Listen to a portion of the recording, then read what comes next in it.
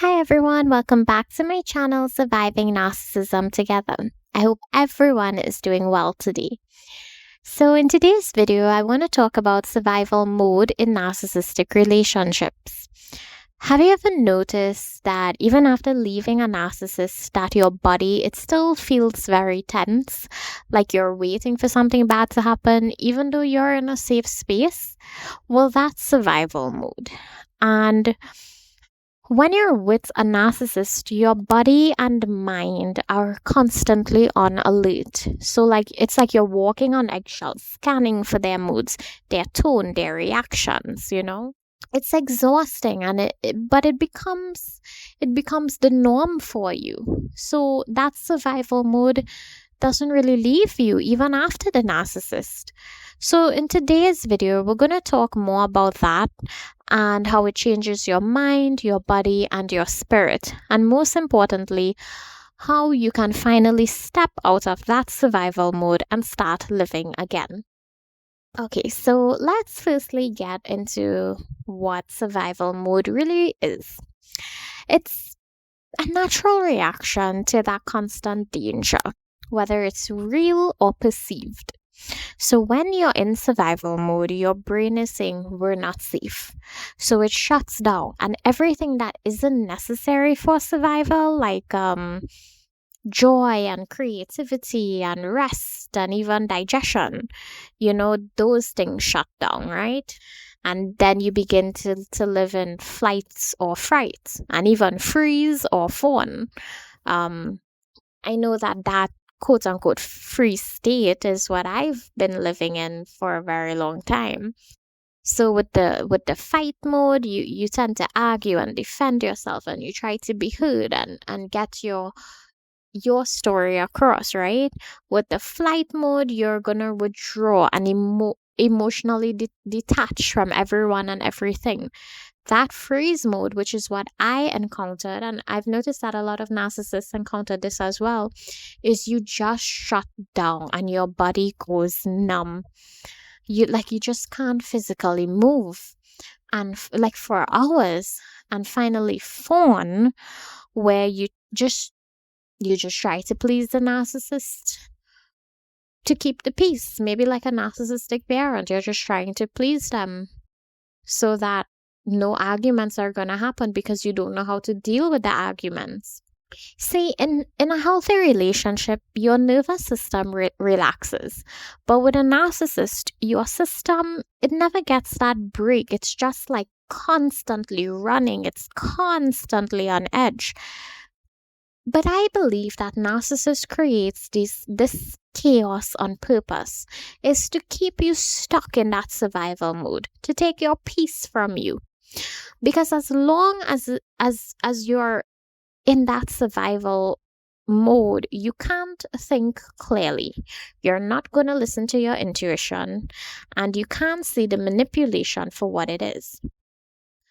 Now, how narcissists tend to keep you in that state?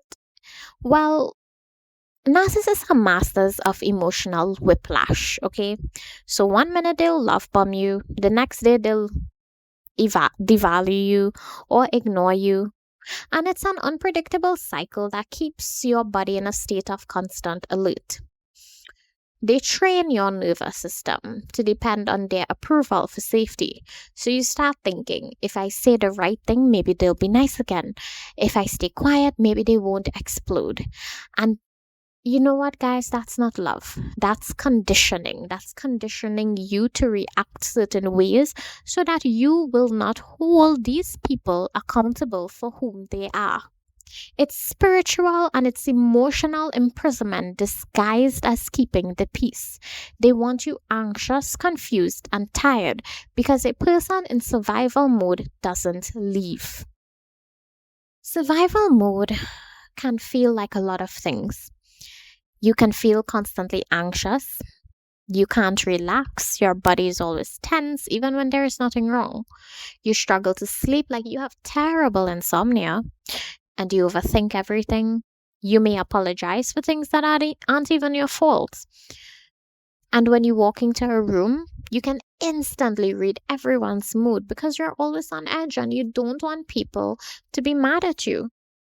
And most importantly, you feel guilty for having needs. None of these are personality traits of yours. It's trauma. It's trauma that the narcissist dumped on you.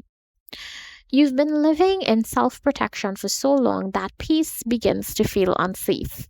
And when the narcissist is quiet, your brain, it doesn't relax. It panics because you're waiting for the next explosion.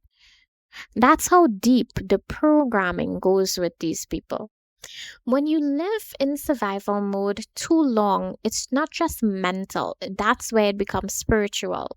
Your light, it dims because you're constantly defending yourself instead of being yourself.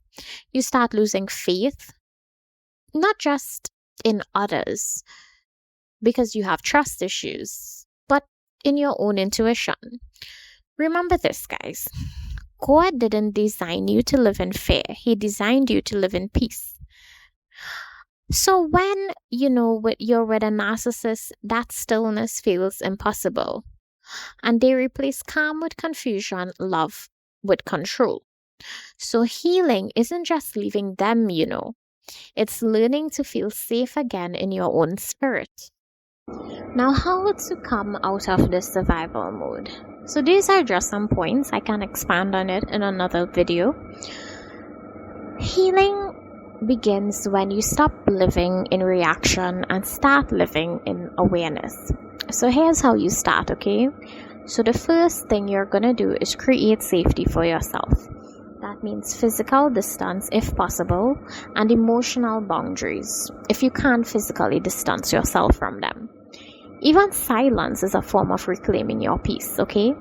The second step is regulating your nervous system. So grounding, prayer, breathing, journaling.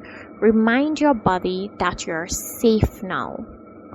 Rebuilding trust with yourself. See, survival mode teaches you to doubt your instincts. Start honoring them again, even the smallest instincts. It'll all add up. Reconnect to joy. Do little things that reminds your body what peace feels like. Whether it be music, nature walks, movement, knitting, reading a book. Do these little things that connects you back to reality. And pray and release. Let God fight this battle while you focus on your healing. Don't fight the narcissist with revenge. Don't try to outshine and outpost them. Don't do that. You're already outshining them for who you are. Okay? But let God do the rest. See, the moment you stop giving them emotional reactions, you start starving their control, and that's when you feel free and truly free from them. So coming out of survival mode, it's gonna take some time, okay? You have to really reteach your body that peace is not dangerous. That calm doesn't mean that something bad is coming. You've survived survival mode. So now it's time to live. Okay? So guys, thank you so much for watching. And if this video resonated with you, please like, comment, subscribe, and share with someone who needs to hear it. Remember guys, healing may take some time. And I know the longer it takes, it may feel discouraging, okay? But remember to be patient with this process as we are moving from survivors to thrivers to victors. Alright, so thank you so much for watching guys, and I'll see you in my next video. Bye for now.